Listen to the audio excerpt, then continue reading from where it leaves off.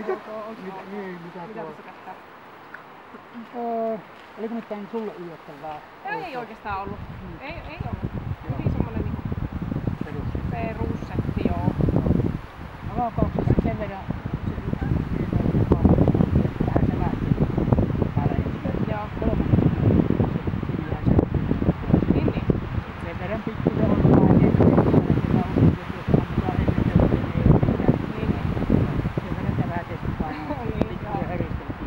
vähän laukaus kokemattomana merkitty ja se on pusne. Joo.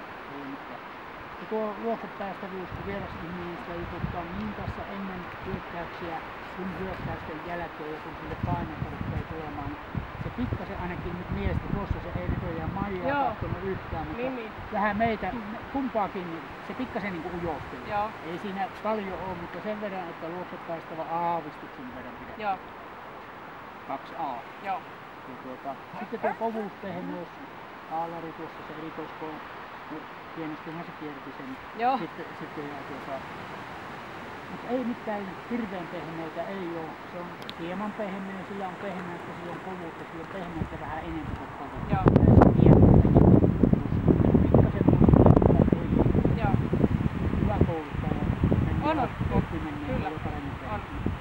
Sitten temperamentti, tynnyri on se erikoiskohteen. Itse erikoiskohteen se suoritti tosi hienosti, se pyörähti nopeasti ja jatkoi sitten matkaansa. Mutta se on niin kokonaisuudessaan testi, kuinka se reagoi täällä meidän antamiin pieniin ärsykkeisiin, isoihin, ja miten se siirtyy pois. Se on ihan puhas kohtuullisen hyvin. Niin. Ja se merkittiin plus 2 kohtuullisen hyvin. Vaikkakin tynnyri on erikoiskohteen, siinä se olisi ollut puhtaan viikkaan. Se on kokonaisuus. Sitten hermot pikkusen tulee tätä juttelua ja näin joutokäyntiä, mutta ei se on hyvät ajeet.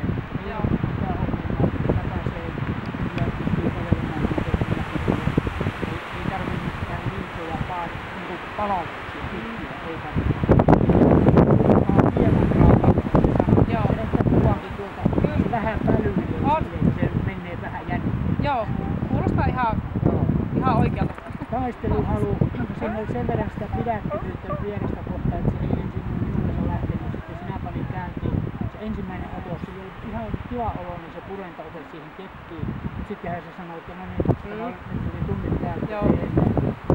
Kuitenkin se tappelee sitten Velkaa vastaan, puolustuksessakin vähän sen ja seinissäkin ääntää vähän sen. No sieltä se sen verran, että se pojat sanoi, että se on kohtuullisen pieni. Se nousee siinä kohtuullisen alareunaan, mitä nyt tässä uudessa kaavakkeessa edellytetty tähteenä. Se on sama arvoinen kuin se pelkkä kohtuullinen. Puolustushalu, eli ihan poikki kävelemässä halua haetaan. No sehän sanoo heti kun pysähtyy, kun se tuli esille, niin ensimmäinen oli siinä. Silloin se jo tienasi sen pienen, se pikkusen aikaan se oli siinä eessä, mutta hyvin äkkiä lähti taakse. Äitihoitoa suusuomihankkeessa. Eli pieni lusykkönen. Samaten terävyys, kun se oli yksin seinässä, se jäi siihen. Se vastasi, se lähti hyvin aikaisessa vaiheessa, otti yhteyttä hyökkääjää, mutta sitten se ei enää, sen agre-alue ei lähtenyt käänteen. Silloin aggressiivisuusalue on aika syvässä. Ja se niin kuin vähän velvollisuuden tunto haukkuu ja sitten se oli lause, että nyt lähdetään jompaan kumpaan suuntaan. Mutta siinäkin on, se terävyys on pieni, tärkeä on se, että se on ilmajäljellä ja hyökkäyshalu. Se on rehellinen, tosi rehellinen. Se heilutti häntää oikein, kun oli siinä. Tervetuloa juttelemaan.